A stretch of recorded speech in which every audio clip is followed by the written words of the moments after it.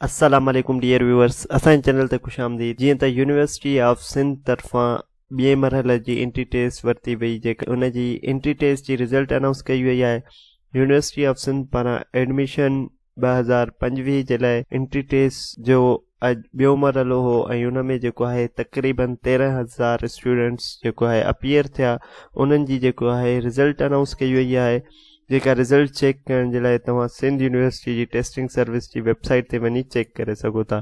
त हीउ जेको URL आहे sutc.usind.edu.pk, इहो जीअं ई तव्हां सर्च कंदव त तव्हां यूनिवर्सिटी ऑफ सिंध जी टेस्टिंग सर्विस जी वेबसाइट ते हलिया वेंदा। उन खां पोइ हीउ जेको रिज़ल्ट्स जो तव्हांखे शो थी रहियो, हिते जीअं ई तव्हां क्लिक कंदा हिते अची करे चूज़ ते सिलेक्ट करे ऐं हीउ ॾिसो pre entry test for the admission to the bachelor degree program, जेका 20/10/2024 ते थी, उनजो डे 2 जी जेको आहे रिज़ल्ट अनाउंस कई वई आहे। जीअं ई असां हिते क्लिक कंदासीं ऐं जेको बि तव्हांजो सीट नंबर आहे उहो तव्हां हिते सर्च करे ऐं तव्हां रिज़ल्ट चेक करे सघो था। फॉर सपोज़ असां हीउ सर्च कयूं था, जीअं ई असां हीउ सर्च कयोसीं त हीउ एंट्री टेस्ट जो स्कोर अची चुको आहे। उमेद था कयूं तव्हांखे इन्फॉर्मेशन मिली वई हूंदी। यूनिवर्सिटी ऑफ सिंध तरफ़ां बैचलर डिग्री प्रोग्राम जी सेकेंड डे जी रिज़ल्ट अनाउंस कई वई आहे।